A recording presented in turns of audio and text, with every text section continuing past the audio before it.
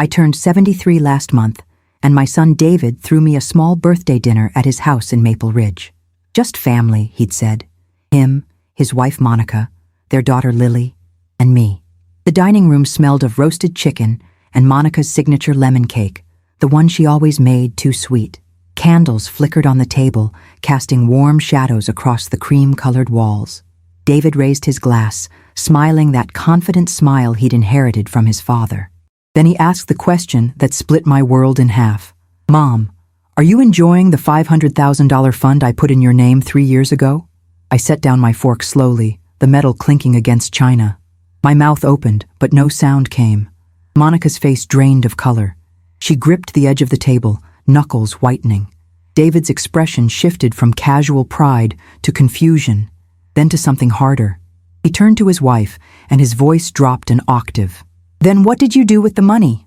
The room went silent, except for Lily's quiet breathing. I knew something terrible had just surfaced. Before we continue, make sure you're subscribed to the channel and tell us in the comments where you're watching from. We love seeing how far our stories reach. I sat there, frozen, trying to process what I'd just heard. $500,000. In my name. For 3 years. David's eyes locked onto Monica, and I watched her lips tremble. She pushed back from the table slightly, her chair scraping the hardwood floor. "I can explain," she whispered, but her voice cracked on the last word. David stood up slowly, his napkin falling to the floor. Lily, only 16, looked between her parents with wide, frightened eyes. I wanted to say something, to break the tension, but my throat felt tight. 3 years ago, I'd been dealing with Bill's medical bills after his stroke, the one that eventually took him 6 months later. David had helped some, or so I thought. Now I realized I'd never seen financial statements, never received account notifications, nothing. The silence stretched until I could hear the kitchen clock ticking from the next room. David's voice came out steady but cold. "Monica, I need you to answer me right now. Where is the money I deposited for my mother?" Monica stood, her hands shaking as she tried to smooth her navy dress. She glanced at me, then back at David, her mascara starting to smudge at the corners. "I used it," she finally said, barely audible. "You used it?" David repeated, his voice rising. "You used $500,000 that was meant to secure my mother's retirement?" Lily pushed away from the table and ran upstairs. I heard her bedroom door close. Monica started crying then. Real sobs that shook her shoulders. I should have felt angry, but mostly I felt numb, like I was watching this happen to someone else. David pulled out his phone and started scrolling through something, his jaw clenched tight. The birthday cake sat untouched in the center of the table, its candles burned down to stubs, wax pooling on the frosting. "I'm calling my lawyer," David said, still staring at his phone. Monica reached for his arm, but he pulled away. "David, please, let me explain properly. It's not what you think." He looked up at her, eyes blazing. "Then what is it, Monica? Because from where I'm standing, you committed fraud. That money had my mother's name on it. You had no legal right to touch it." I found my voice finally, though it came out scratchy and weak. "David, maybe we should all sit down and discuss this calmly." He shook his head. "Mom, you don't understand. I set up that fund specifically for you. Monthly statements should have been going to your address. You should have had full access. The fact that you knew nothing means Monica intercepted everything." Monica sank back into her chair, her face blotchy and red. "I was going to replace it," she sobbed. "I just needed time." The next morning, I drove to David's office downtown. He worked as a financial consultant, had for 20 years, and kept meticulous records of everything. His assistant, Karen, greeted me with her usual warm smile, but it faded when she saw my face. "Is David available?" I asked, clutching my purse strap. She nodded and buzzed him immediately. His office overlooked the harbor, glass walls on 2 sides, minimalist furniture in gray and chrome. He looked like he hadn't slept. Papers covered his desk in neat stacks, and his computer screen showed what looked like bank statements. "Mom, sit down," he said, gesturing to the leather chair across from him. I sat, my back straight, trying to maintain the dignity Bill always said I carried so well. David slid a folder across the desk. Inside were copies of deposit slips, transfer records, and account statements, all dated, all documented. The account name read, Patricia Ann Holloway Retirement Fund. I traced my finger over my name on the documents, printed in official bank letterhead. The initial deposit dated back to March 15th, 3 years ago. $500,000, transferred from David's investment account. Subsequent statements showed the fund had been set to generate modest interest, compounding monthly. According to these papers, the current balance should have been $542,378, but the most recent statement, dated just 2 weeks ago, showed a balance of zero. Every penny withdrawn over the course of 37 months in irregular amounts. 20,000 here, 15,000 there, sometimes just 5,000. David had highlighted each withdrawal in yellow. The account required 2 signatures for any transaction over $10,000, he explained, his voice hoarse. Mine and yours. But these withdrawal slips show your signature on everyone, obviously forged. I looked at the signatures. They did look like mine, but slightly off. I never signed these, I said, stating the obvious. David nodded. I know. I compared them to your signature on file at the bank this morning. The slant is wrong, and you always make that little loop on your H in Holloway. These don't have it. He pulled out another document, this one from his lawyer. Monica had access to my files here at the office. She used to help with administrative work when Karen was on vacation. She would have seen the account information, maybe even practiced your signature from documents I had stored. The realization of how calculated this had been made my stomach turn. This wasn't a moment of weakness or a single bad decision. This was systematic, planned, executed over years. I thought about all the times Monica and I had coffee together, how she'd asked about my finances, offering to help me organize my paperwork. Had she been gathering information even then? David leaned back in his chair, rubbing his eyes. I should have sent the statements directly to you, but I honestly thought the bank was handling it. They were supposed to mail them to your address monthly. Monica must have called the bank, impersonating you, and changed the mailing address to ours. Then, she'd intercept everything. I remembered Monica always getting the mail, insisting it was part of her daily routine. She'd bring in the stack with a smile, sorting it at the kitchen table. What did she spend it on? I asked. David opened another folder, this one even thicker. That's what I spent all night figuring out.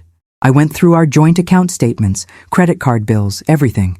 There's a lake house she bought in her name only, 20 miles from here. Never told me about it. Then there's her sister's business, that boutique in Portland. Monica invested $150,000 into that. Luxury car lease, designer clothes, spa memberships. Did she give any to charity? I asked, hoping for some redemption. David shook his head. Not that I can find. It all went to lifestyle upgrades and investments in her name alone. She created a separate life with your money, Mom. I sat there absorbing this, watching boats move across the harbor below. Seagulls circled and dove, their cries muted by the thick glass. My mother's engagement ring, which I wore on my right hand, caught the light. Bill had given it to me on our first anniversary, after his mother passed. I twisted it slowly, a habit when I was thinking. What happens now? I asked. David's expression hardened into something I'd rarely seen, pure determination. Now we get justice. I've already filed a police report for fraud and embezzlement. My lawyer is preparing a civil suit. Monica will face criminal charges, and I'm filing for divorce. The word hung in the air between us. Divorce. David and Monica had been married for 18 years. They'd met at a hospital fundraiser, her in a red dress, him in his best suit, both reaching for the same glass of champagne at the bar. He'd proposed on a beach in California, shown me the pictures 100 times. Lily had been born a year later, a beautiful baby with Monica's dark hair and David's green eyes. I'd welcomed Monica into our family completely, taught her Bill's favorite recipes, shared stories about David's childhood. And all this time, she'd been stealing from me, from us. What about Lily? I asked quietly. David's face softened for the first time that morning. She's devastated, angry at her mother, confused about everything. She's staying with Monica's parents for a few days while I sort this out. I didn't want her here for the legal proceedings. He paused, looking down at his hands. I never thought Monica was capable of something like this. I drove home in a daze, the city streets blurring past. My house in Riverside looked exactly as I'd left it. Small, neat, The garden Bill had planted still blooming with late-season roses. Inside, everything felt different now. I made tea, Earl Grey with honey, and sat at the kitchen table where Bill and I had shared thousands of meals. The afternoon light slanted through the lace curtains, casting patterns on the worn wooden floor. I pulled out my own records, the ones I'd kept in the filing cabinet in my study. Bank statements, utility bills, medical receipts. Everything looked normal, modest, exactly what I'd expected from my teacher's pension and Social Security. There was no record of any $500,000 fund because I'd never known it existed. I thought about what that money would have meant. Home repairs I'd postponed, the trip to Ireland Bill and I had always planned, helping David with Lily's college fund, maybe even moving to a senior living community with better amenities. The phone rang around 3. It was my sister Jean, calling from Phoenix where she'd retired with her husband Tom 5 years ago. "Patty, David just called me," she said, using the nickname only family used. "I can't believe this. I always thought Monica was so sweet." I told Jean everything. My voice steady now, the initial shock wearing into a cold, clear anger. Jean listened without interrupting, a skill she'd perfected over 7 decades of being my older sister. When I finished, she was quiet for a moment. Then she said, "You need to be present for every step of this legal process. Don't let David handle it alone. This is your money, your justice to pursue." She was right. I'd spent too much of my life being passive, letting others take the lead. Bill had managed our finances. David had handled things after Bill died. Even at 73, I'd fallen into the role of the elderly mother who needed protecting. Not anymore.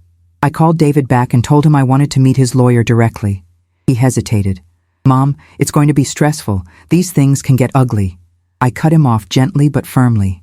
"David, I appreciate everything you're doing, but this affects me most directly. I need to be involved. Set up the meeting." He agreed, and we scheduled it for the next afternoon. That night, I barely slept. I kept thinking about Monica's face at that dinner, the way she'd gone pale, the tremor in her hands.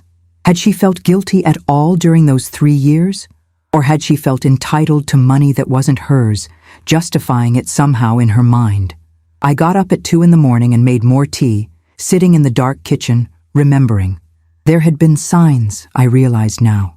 The expensive handbag Monica carried last Christmas, genuine leather, designer label, the casual mention of a girl's trip to Napa Valley. Her sister's boutique opening, which Monica had invited me to, but I'd been too tired to attend. David's lawyer was a sharp woman named Rebecca Torres, mid-40s, with an office in the financial district. She had a reputation for handling white-collar crime cases, David told me on the drive over. Her office walls were covered with law degrees and certificates, all impressively framed. She shook my hand firmly and gestured for us to sit at her conference table. "Mrs. Holloway, I've reviewed all the documentation David provided. This is a clear case of fraud, identity theft, and embezzlement. The fact that Monica forged your signature on numerous bank documents makes it a felony." Rebecca spread papers across the table, like she was laying out a map. "We have several avenues here. Criminal charges, which the district attorney's office will handle, and civil proceedings to recover the funds, plus damages." I looked at the papers, the legal jargon dense and intimidating. "What are the chances of recovering the money?" I asked. Rebecca tapped her pen against her notepad. "That depends on what Monica still has. If she spent it all on non-liquid assets or if it's gone to pay off debts, recovery becomes difficult. However, David mentioned a lake house and an investment in a business. Those can be liquidated. We'll also go after any joint assets in the divorce proceedings." She paused, looking at me directly. "I want to be honest with you, Mrs. Holloway. This will take time, possibly years. It will be emotionally draining. Monica will likely mount a defense, maybe claim she had permission or that there was some misunderstanding. Are you prepared for that?" I thought about Bill, about how he'd faced his stroke with dignity, never complaining through months of physical therapy. I thought about raising David as a single mother for 2 years when Bill was deployed overseas. I'd been through worse than a legal battle. "I'm prepared," I said. "Good," Rebecca replied, almost smiling. "Then let's begin." The police detective assigned to the case was a patient man named Marcus Webb. He interviewed me at the station downtown, a gray building that smelled of coffee and industrial cleaner. Detective Webb had kind eyes and a gentle manner, probably developed over years of interviewing victims. He asked me to walk him through everything: my relationship with Monica, how David had managed my finances after Bill died, why I'd never received the account statements. I answered each question carefully, precisely. "Did Monica ever ask you to sign documents you didn't read thoroughly?" he asked. I thought back. A few times. She said they were just updates to David's insurance policies or something related to Lily's school. I trusted her. Detective Webb nodded, making notes. That's how these things often work. Trust is the tool. Did you ever notice her practicing handwriting or see her with samples of your signature? I shook my head. Nothing obvious. But she had access to my house when I traveled. I visited Jean in Phoenix twice in the past 3 years. Over the following week, more details emerged. Detective Webb discovered that Monica had indeed called the bank multiple times, using information only I should have known. My mother's maiden name, my first pet's name, the street I grew up on. She'd changed the mailing address, set up online access, and systematically drained the account. The bank's security protocols had failed completely. Rebecca filed a lawsuit against them too, for negligence. David moved out of the house he'd shared with Monica, taking only his personal belongings and moving into a corporate apartment near his office. Monica hired a lawyer, an aggressive man named Gerald Finch, who immediately started making noise about misunderstandings and marital assets. The local newspaper caught wind of the story. A reporter called me asking for an interview. I declined. This wasn't about publicity. It was about justice and recovering what was rightfully mine. Still, word spread through Riverside's tight-knit community. Friends called, horrified. My neighbor Helen brought over a casserole and stayed for tea. Lily called me on a Tuesday evening, her voice small and broken. "Grandma Pat, I'm so sorry. I didn't know anything about this." I believed her. Lily was a good kid, honest, on the honor roll at school. "I know, sweetheart. This isn't your fault." She started crying. "Everyone at school knows. They're saying horrible things about Mom. I don't know what to believe anymore." My heart broke for her, caught in the middle of her parents' divorce and her mother's crimes. "Your mother made terrible choices, Lily, but she's still your mother. You can be angry and disappointed and still love her. Those feelings can exist together." We talked for an hour, and I tried my best to give her some stability in the chaos. After we hung up, I sat in my living room, looking at family photos on the mantel. There was one from Lily's 10th birthday, all of us smiling at the park, Monica's arm around my shoulders. I turned it face down. I wasn't ready to throw it away, but I couldn't look at it either.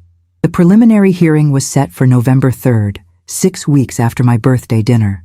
Rebecca prepared me thoroughly, explaining courtroom procedures, what to expect from Finch's cross-examination, how to stay calm under pressure. Monica's defense will try to paint you as confused or elderly, possibly suggesting you did receive notification and forgot. "Don't let them rattle you," she advised. I nodded, making mental notes. The morning of the hearing, I dressed carefully. Navy slacks, a cream blouse, pearl earrings Bill had given me for our 30th anniversary. I wanted to look competent, dignified, in control. David picked me up at 8, and we drove downtown in silence. The courthouse was an imposing granite building with high ceilings and echoing hallways. Security was tight. We passed through metal detectors and made our way to the 3rd floor. Monica was already there with Finch, sitting on a bench outside the courtroom. She looked thin, her hair pulled back severely, wearing a conservative black suit. Our eyes met briefly. She looked away first. Inside the courtroom, the judge was a stern woman named Patricia Freeman, which I found oddly coincidental. The proceedings began with opening statements. Rebecca laid out the facts cleanly: the unauthorized access, the forged signatures, the systematic theft over 37 months. Finch countered that Monica had acted under the belief that the funds were marital property, that David had discussed the account with her, that any withdrawals were made with assumed permission. It was absurd, but he said it with complete conviction. I was called to testify. The stand felt higher than I'd expected, more exposed. Rebecca walked me through my testimony, confirming my identity, my relationship to David and Monica, my complete ignorance of the fund's existence. "Mrs. Holloway, did you ever give Monica permission to access this account?" Rebecca asked. "No, I did not. I didn't know the account existed," I replied clearly.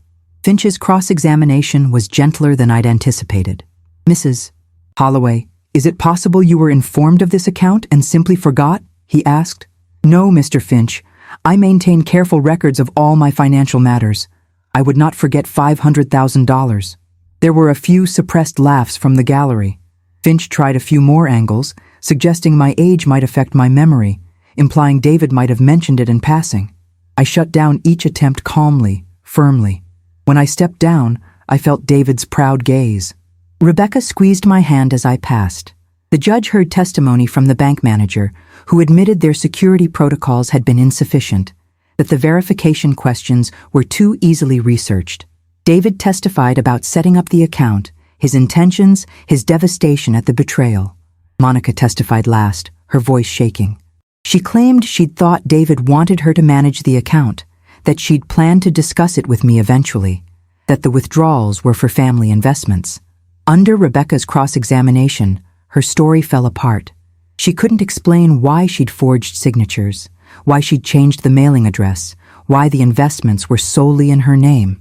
Judge Freeman adjourned for deliberation, though this was just a preliminary hearing to determine if the case would proceed to trial.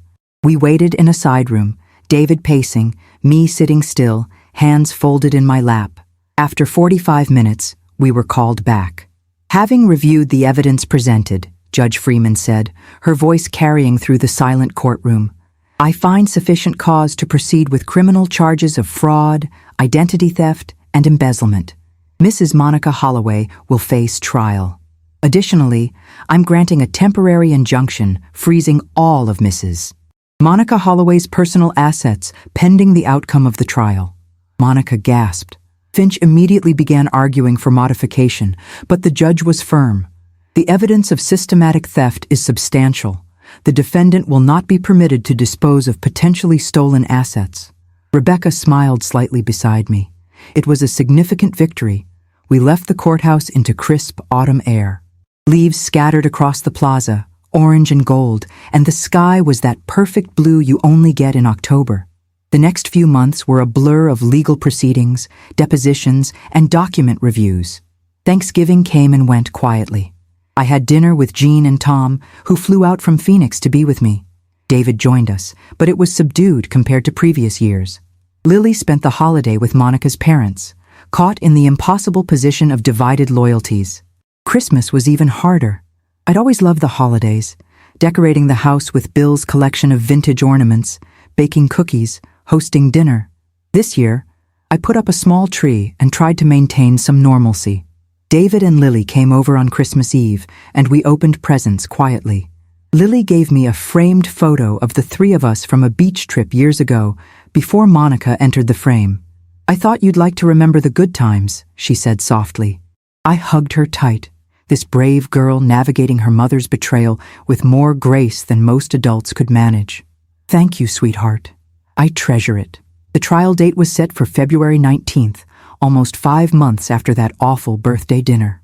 As winter settled in, I fell into a routine. Morning walks around the neighborhood, bundled in my wool coat. Afternoons spent at the community center, where I volunteered teaching English to immigrants.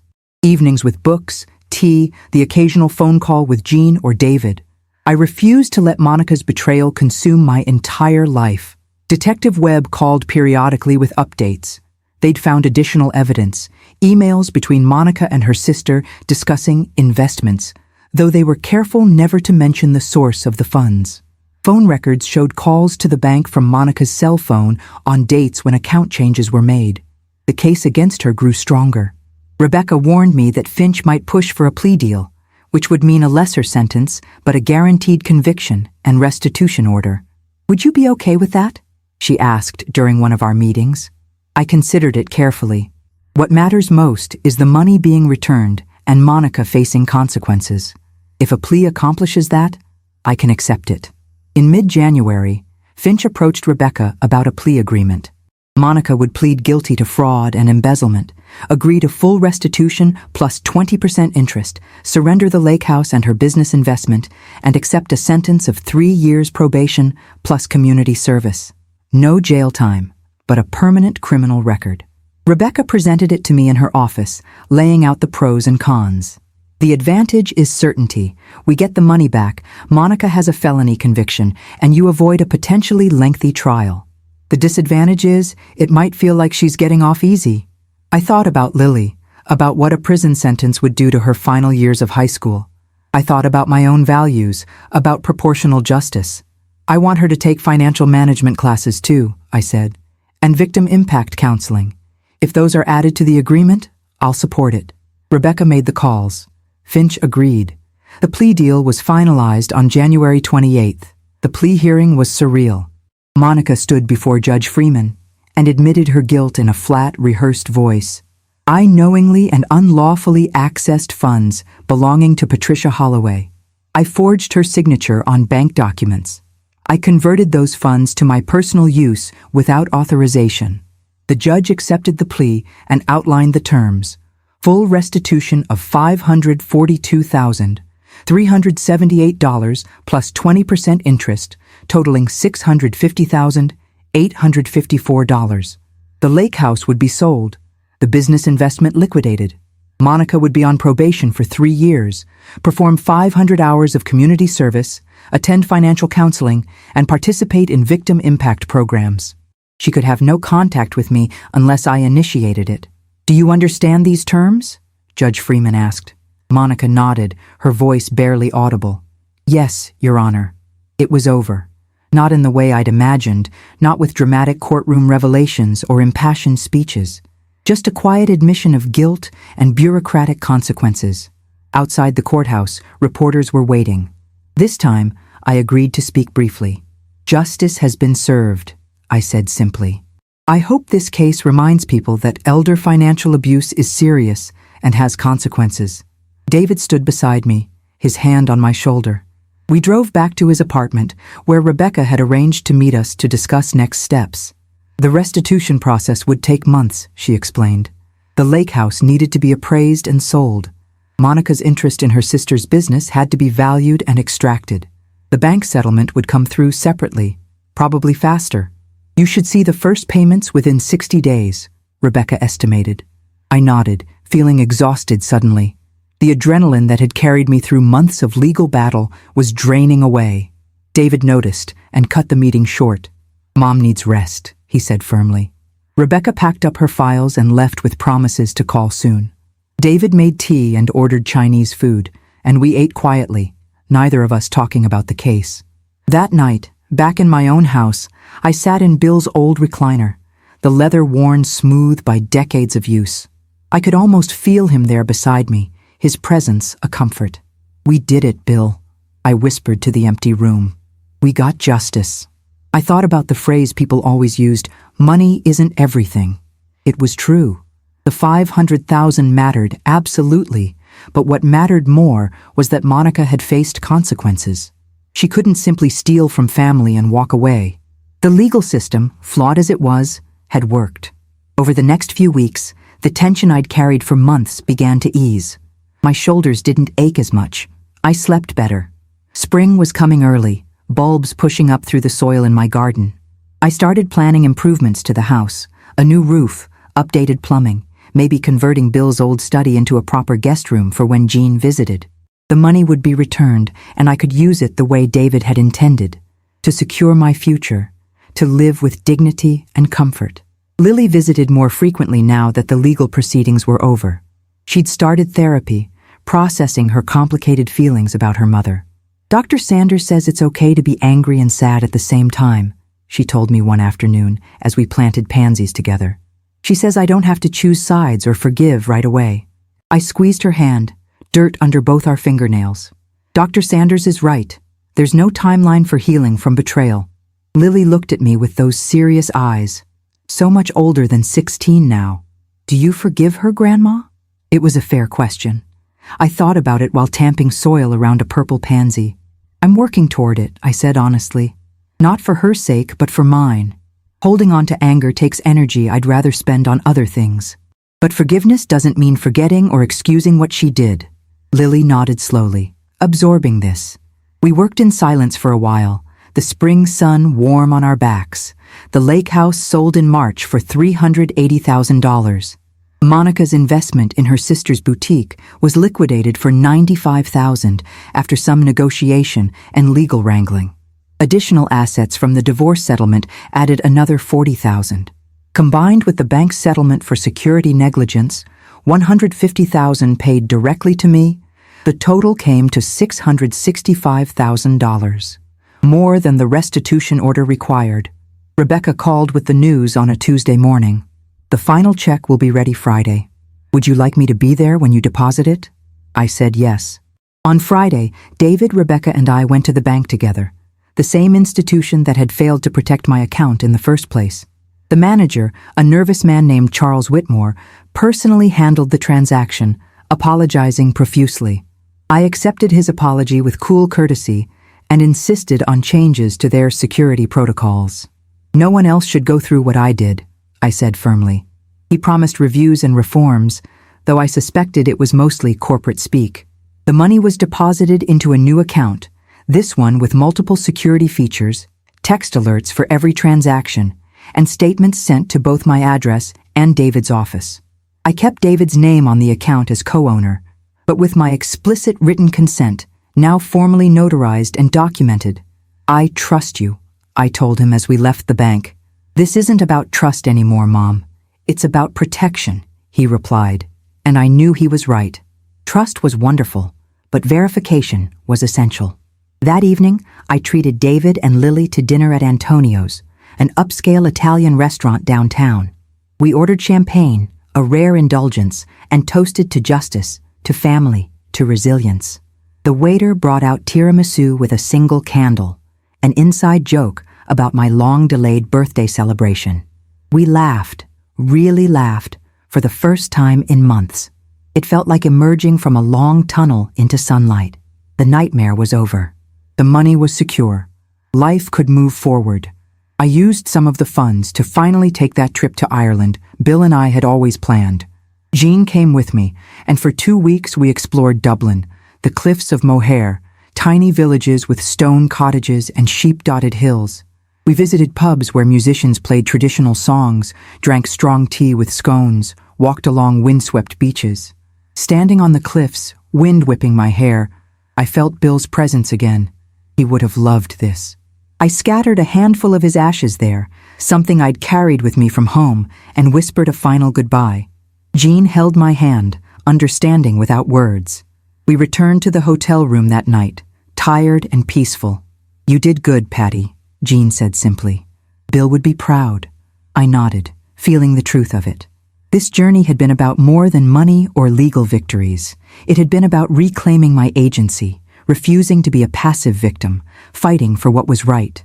Back home in April, I settled into a new routine. The house repairs were completed. New roof, updated electrical, fresh paint throughout. I hired a gardener to help with the heavier work, a young man named Carlos who reminded me of David at that age, earnest and hard-working. The garden flourished under our combined care. I continued volunteering at the community center, adding a financial literacy class to my schedule. Teaching immigrants about banking, credit, protecting themselves from fraud felt meaningful, a way to turn my experience into something helpful. Many of them shared their own stories of being taken advantage of trusting the wrong people. We learned from each other. Detective Webb stopped by one afternoon with a final case report, everything documented and closed. You handled yourself with real grace through this whole thing, Mrs. Holloway, he said, accepting tea at my kitchen table. Not everyone could have stayed so strong. I thanked him for his thoroughness, his patience. David's divorce was finalized in May. He and Monica had managed to negotiate the terms without further court battles, probably because Monica had no leverage left. David got the house, primary custody of Lily, and most of their joint assets. Monica moved into a small apartment on the other side of town and started her community service at a homeless shelter. I heard about it through Lily, who maintained minimal contact with her mother. She seems different, Lily said one day. Quieter, maybe more honest. I hoped that was true. I hoped Monica had learned something from the consequences of her actions, though I knew it wasn't my responsibility to monitor her rehabilitation. That was between her and her conscience. My focus was on rebuilding my own life, on creating security and joy in whatever years I had left. 73 wasn't old, not by today's standards. My mother had lived to 91, sharp until the end. I had time yet to make the most of this unexpected second chapter. Summer brought long, golden evenings. I hosted dinner parties for old friends, served wine on the patio, shared stories that grew funnier with retelling. Helen from next door became a regular visitor, and we started a book club that met every Wednesday. Lily spent weekends with me, helping with canning when the garden vegetables came in, learning recipes I'd learned from my mother. Teaching her felt important, passing down skills and traditions. David started dating someone new, a kind woman named Andrea who worked at the hospital. He brought her to meet me in July, nervous as a teenager. Andrea was lovely, warm, funny, genuine. We talked easily for hours, and I could see the relief in David's eyes. He deserved happiness after everything. Life was knitting itself back together, stronger in the broken places. I thought about how this all started with a simple question at a birthday dinner, how one moment had unraveled so many lies. By August, I'd distributed some of the recovered funds in ways that felt meaningful. I established a scholarship at the local community college for older students returning to education, $50,000 that would help people like the immigrants I taught. I donated to the senior center that had supported me after Bill died, funding a new financial counseling program. I set up trust funds for Lily's college, smaller than what David had planned for me, but significant. The rest I invested conservatively, following advice from a new financial advisor Rebecca had recommended. The money would generate income to supplement my pension, provide cushion for medical expenses, and ensure I could stay in my house as long as I chose. Security, finally, on my own terms. Jean called every week, and we talked about visiting her in Phoenix next winter, maybe spending a month there to escape the cold. "You've earned some snowbird time," she joked. I was considering it. Monica sent a letter in September. It arrived in a plain envelope, my address handwritten in her familiar script. I almost threw it away unopened, but curiosity won. The letter was short, just one page. She apologized, saying the words she should have said months ago. She explained that she'd felt inadequate, that David's success had made her feel worthless by comparison, that the money had seemed like a way to prove her own value. She'd convinced herself she was borrowing, not stealing, that she'd pay it back before anyone noticed. The lies had snowballed until she couldn't see a way out, except to hope it never came to light. She asked for nothing, made no excuses, just acknowledged the harm she'd caused. She ended with, "I'm sorry, Patricia. You deserved better from me." I read it twice, then folded it carefully and put it in a drawer. I wasn't ready to respond, might never be ready, but I appreciated the acknowledgement. Fall arrived with its usual beauty, leaves turning gold and scarlet. My 74th birthday came on a quiet Tuesday. David and Lily took me to dinner, a small family affair at a cozy French restaurant. No dramatic revelations this year, just good food and easy conversation. Lily gave me a locket with a photo of the three of us tucked inside. David gave me a leather-bound journal. "For writing down your story," he said. "What you went through, what you learned. Maybe it'll help someone else someday." I thanked him, touched by the thoughtfulness. That night, I opened the journal and began to write, starting with that birthday dinner a year ago, the question that changed everything. The words flowed easily, surprisingly. I wrote about shock and betrayal, about legal battles and small victories, about learning to fight for myself, even at an age when people expected me to be fragile. I wrote about Bill's memory guiding me, about Jean's support, about finding strength I hadn't known I still possessed. The story took shape over several weeks. I wrote in the mornings, sitting at the kitchen table with tea and the journal David had given me. Some parts were painful to revisit. Monica's face when she was caught, the humiliation of testifying about being defrauded by my own daughter-in-law, the months of uncertainty about whether justice would prevail. Other parts brought unexpected joy. Remembering Rebecca's fierce advocacy, Detective Webb's kindness, the moment the judge ruled in my favor. I wrote about Ireland's cliffs, about Lily's resilience, about choosing forgiveness not as absolution for Monica, but as freedom for myself. The act of writing became therapeutic, a way to process and release the weight I'd been carrying. By November, I had filled most of the journal. I showed it to Gian during one of our phone calls, reading passages aloud. "You should think about publishing this, Patty," she said. "Not for profit, but because people need to hear it." I laughed it off, but secretly considered it. Winter settled in early, snow falling in thick, silent flakes. I spent Christmas with David, Lily, and Andrea, a new family configuration that felt right. We exchanged gifts by the fire, played board games, watched old movies. Monica sent a card for Lily, but respected the no-contact order with me. Lily opened it privately, and I didn't ask what it said. That was between mother and daughter, a relationship they would have to rebuild, or not, on their own terms. My role was to provide stability, love, and an example of moving forward with grace. The new year arrived with its usual promise of fresh starts. I made resolutions: travel more, volunteer regularly, stay healthy, maintain the garden, perhaps take up painting like I'd always intended. Life stretched ahead, not unlimited, but precious. I'd spent too many years being cautious, staying small, letting others manage things for me. The ordeal with Monica had taught me I was stronger and more capable than I'd believed. Age was just a number, not a cage. In March, I received notification that Monica had completed her community service and her first year of probation without incident. Her counselor's report, which Rebecca shared with me, indicated genuine progress and remorse. I felt a strange relief at that news. I didn't want Monica destroyed, just accountable. She was still Lily's mother, still someone who had once been part of our family. If she could rebuild her life honestly, that was to everyone's benefit. I wrote her a brief note, the first contact I'd initiated. I didn't offer forgiveness or reconciliation, just acknowledgement of her efforts and hope that she'd continue making better choices. I ended with, "For Lily's sake, I hope you find peace." I mailed it without overthinking, a small gesture of closure. A week later, she sent a short reply thanking me and promising she would keep working to make amends. It wasn't much, but it was something. Perhaps in time, more healing would come.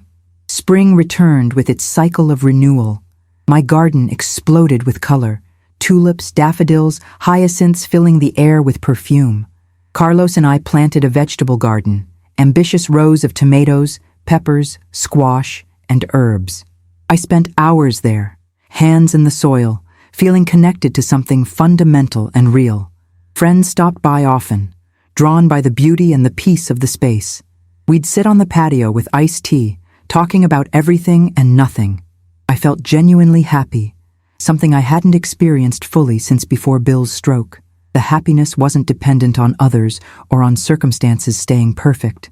It came from within, from knowing I'd faced a terrible situation and emerged intact.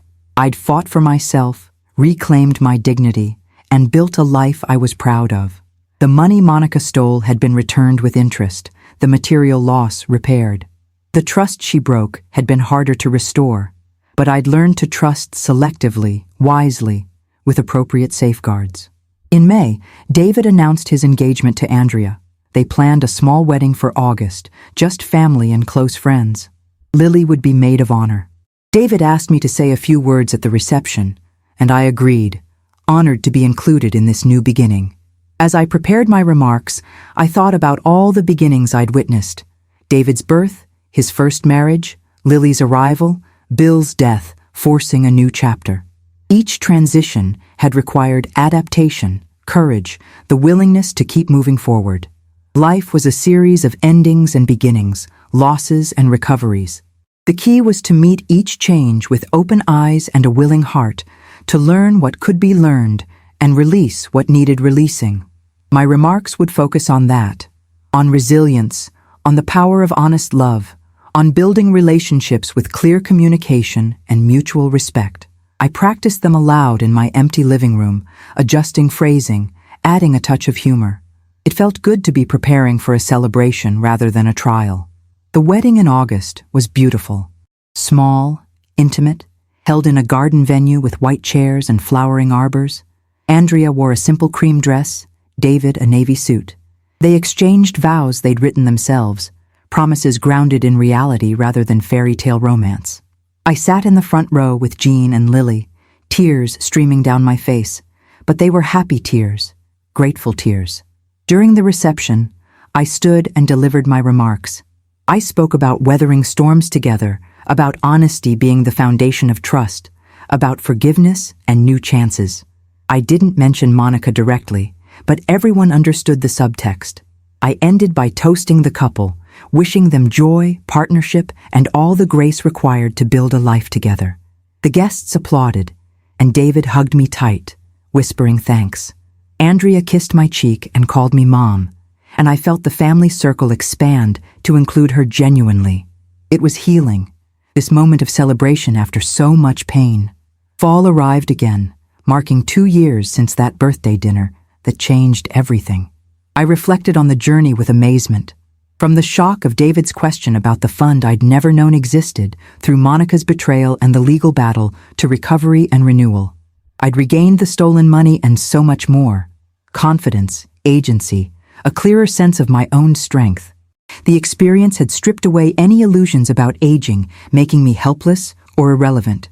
I was still here, still capable, still learning and growing. I continued teaching at the community center, my financial literacy class now attended by dozens of people each session. I shared my story carefully, as a cautionary tale about trusting without verifying, about the importance of staying engaged with your own finances regardless of age. Many students thanked me tearfully, saying they'd avoided similar situations because of what I taught. That made everything worthwhile, turning my pain into protection for others. Lily started her senior year of high school, already touring colleges and planning her future. She'd grown into a remarkable young woman, thoughtful, determined, kind despite everything she'd witnessed. She wanted to study law, inspired partly by Rebecca Torres's example. I encouraged her fully, knowing she had the intelligence and character to succeed. She spent an afternoon with Rebecca in September, shadowing her at the office, asking questions about legal careers and justice. Rebecca called me afterward, impressed. "That girl has what it takes," she said. "She'll do great things." I felt proud beyond words, knowing Lily had taken her mother's mistakes and used them as motivation to help others rather than becoming bitter or cynical. She was already stronger than Monica had ever been, and she was just beginning.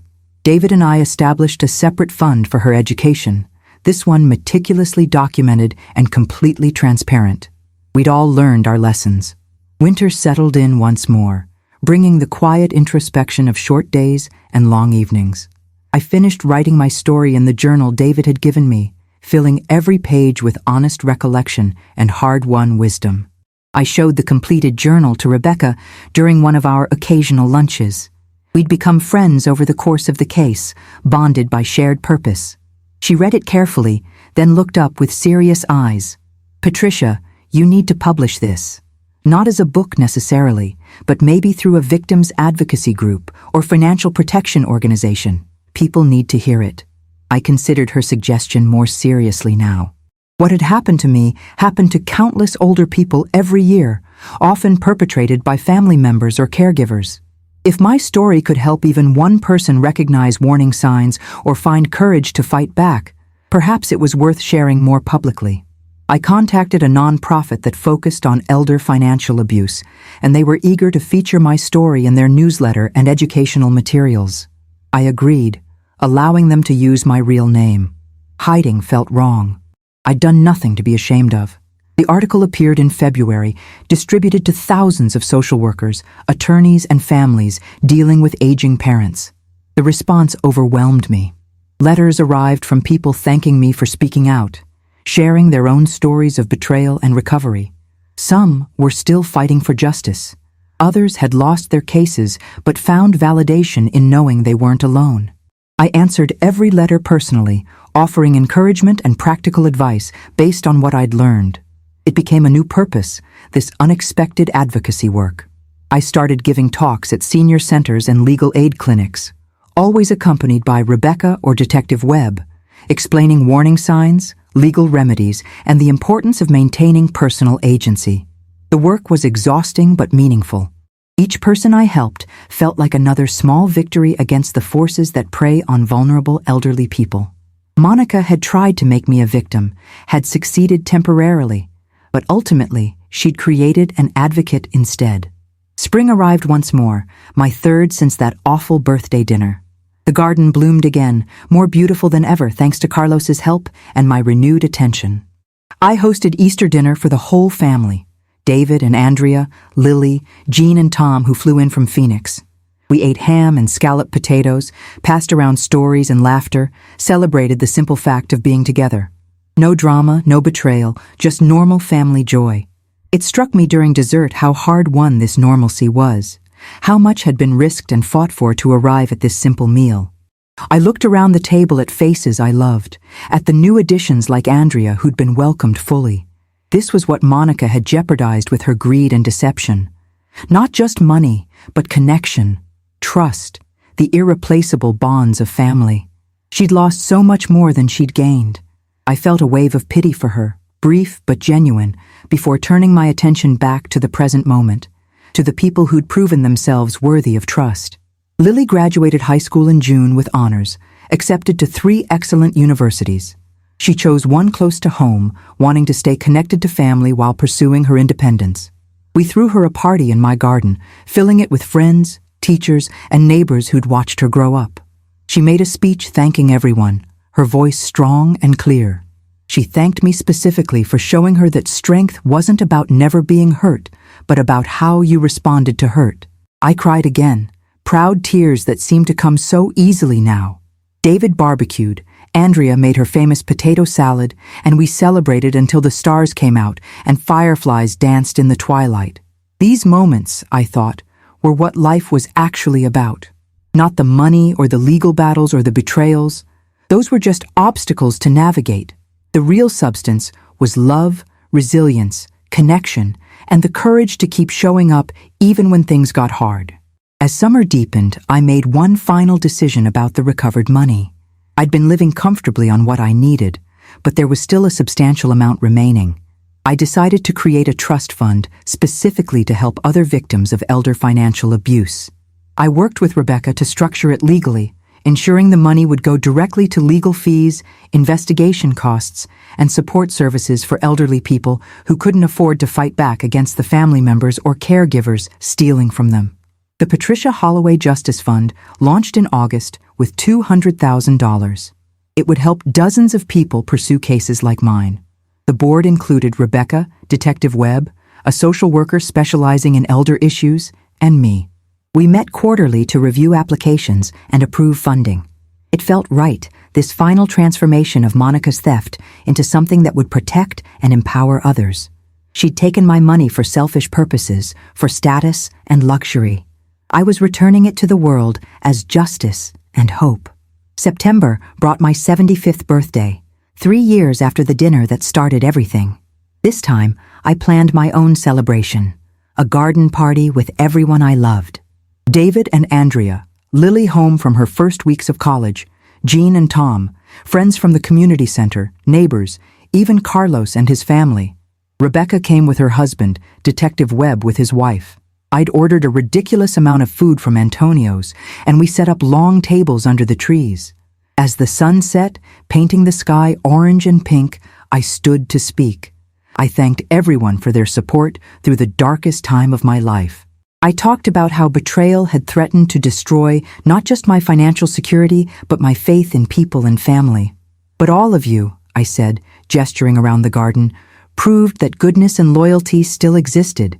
You reminded me that one person's cruelty didn't define humanity. I raised my glass in a toast to justice, to resilience, to the beautiful, stubborn fact of survival. Everyone cheered, and I felt Bill's presence again, approving, proud, released fully now. The evening dissolved into music and dancing, conversation and laughter. Lily taught me a new dance she'd learned at college, and we moved awkwardly together, giggling at our mistakes. David and Andrea swayed slowly to an old ballad, completely absorbed in each other. Jean sat with a group of my friends, telling embarrassing stories about my childhood. It was perfect, exactly what I'd wanted. celebration not of wealth or legal victories, but of community and connection. As people began to leave, each stopped to hug me, to whisper thanks for the party, or for inspiring them with my story. I accepted their kindness gracefully, no longer deflecting compliments or minimizing what I'd accomplished. I'd learned to own my strength, to acknowledge that yes, I'd faced something terrible, and come through it not just intact, but transformed. The Patricia Holloway who'd sat at that birthday dinner 3 years ago, confused and shocked, wouldn't have recognized this confident woman hosting a party full of love. After everyone left, I walked through the garden in the darkness, smelling the last roses of summer. Fireflies pulsed in the shadows, and somewhere a cat yowled. The house behind me glowed with warm light, every window showing a life fully inhabited. I thought about the journey from that moment of frozen shock to this moment of peaceful satisfaction. The road had been hard, requiring courage I hadn't known I possessed. There had been times I'd wanted to give up, to let David handle everything, to retreat into helplessness. But I'd pushed through, insisted on being present for my own life, fought for what was rightfully mine. And here I was, 75 years old, financially secure, surrounded by people who loved me, engaged in meaningful work that helped others. Monica's betrayal, which could have broken me, had instead revealed my strength. I was grateful for that revelation, even as I remained clear-eyed about the cost. I would never forget what she'd done, but I'd chosen not to let it define me. The trust fund began accepting applications in October, and the first cases were heartbreaking. An 80-year-old man whose grandson had drained his savings, a 72-year-old woman whose caregiver had forged checks, a couple whose financial advisor had embezzled their retirement.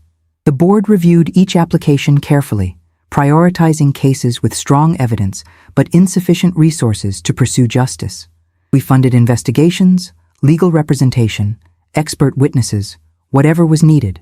By December, we'd helped 7 families recover a total of over $300,000 and secure criminal convictions against the perpetrators. The thank you letters we received were overwhelming. One woman wrote that she'd felt invisible and powerless until our fund gave her the means to fight back.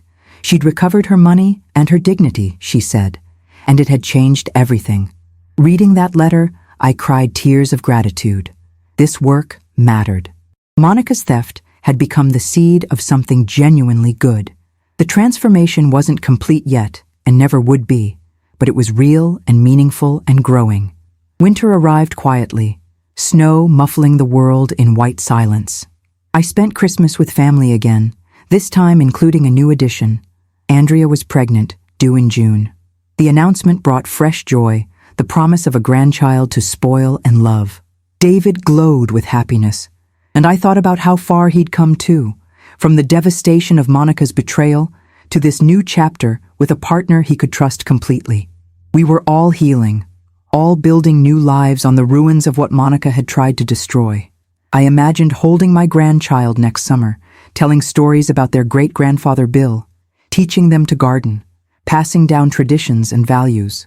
The future stretched ahead again, full of possibility rather than fear. I wasn't done yet. Not by a long measure. There was advocacy work to do, cases to fund, people to help. There were trips to take with Jean, holidays to celebrate with family, books to read, and gardens to plant. Life was far from over. As the year turned and winter deepened, I reflected on everything that had happened since that birthday dinner. The question David had asked, "Are you enjoying the $500,000 fund I put in your name?" had seemed at first like a door opening into betrayal and loss. But looking back now, I could see it had actually been a door into transformation. I'd discovered strength I didn't know I had. I'd fought for justice and won. I'd turned my pain into purpose, helping others navigate similar betrayals. I'd learned the difference between trust and blind faith, between forgiveness and foolishness. Most importantly, I'd learned that age didn't make me helpless or irrelevant. At 73, 74, now 75, I was still capable of fighting, of learning, of creating meaning and demanding respect. That knowledge was worth more than the $500,000 Monica had stolen. It was priceless, permanent, mine. No one could take it from me ever again. And that, more than any restitution check or legal victory, was the real ending to this story.